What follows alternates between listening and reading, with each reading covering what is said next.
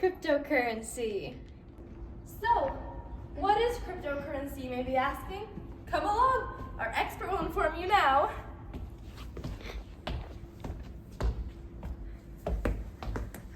Well, cryptocurrency is an invisible digital form of payment. It's all online, and essentially it's just a couple of entries into a database, and these entries cannot be changed unless specific requirements are made. So is it different from what I used to buy my ice cream? Actually, it's pretty similar.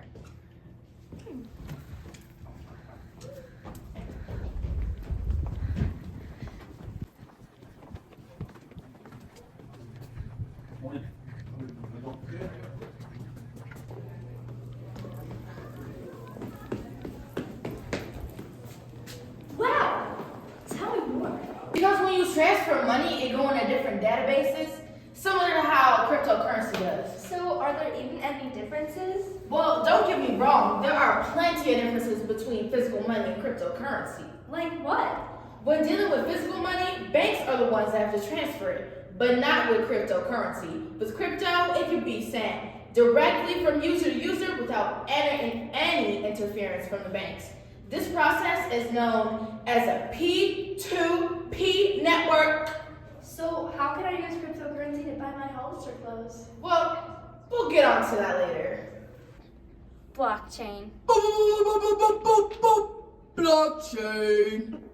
How could you possibly keep track of all the transactions and people who use crypto? I'm so glad you asked. They use a method called blockchain. Blockchain. So, what is a blockchain? Blockchain. Blockchain. Blockchain. To keep it simple, it's basically a database that holds all of the information and transactions used in cryptocurrency, and anyone with a social networking can access it. Well, why is it called a blockchain? Because it connects groups and transactions, or blocks, together over time, creating a chain. Well, is it safe? Yeah, because there's no single database with large companies or government. When this happens, there's a huge risk of losing information, and guess what else? What? The kind of technology that can be used to store all different types of information, not just crypto. For example, it can be used for IDs, digital voting, and more. That's awesome! So glad I learned about blockchains.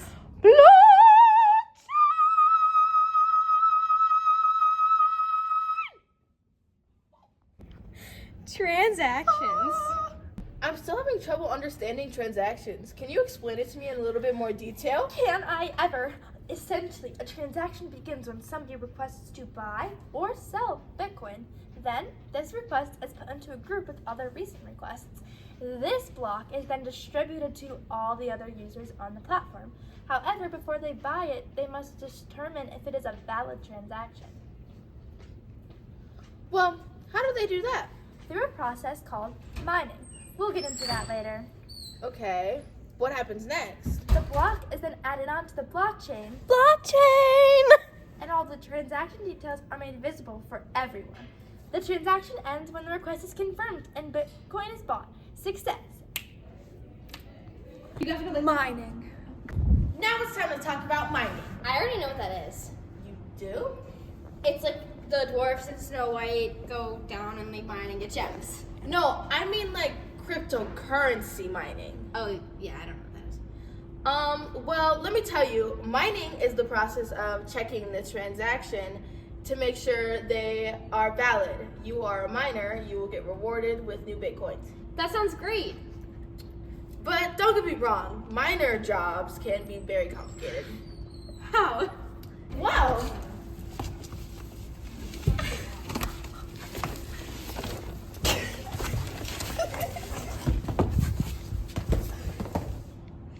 Their job consists of two parts. The validation, where they make sure the person who requested the transaction has enough Bitcoins to make a truthful deal. That sounds easy to me. Oh, but the second part of their job is very complicated. The miners have to guess a 64-digit key. They do so with very powerful computers.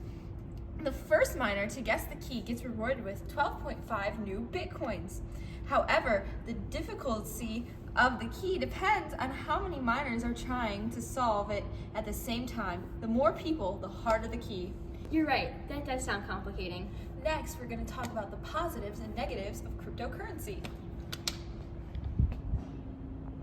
Positives and negatives of cryptocurrency.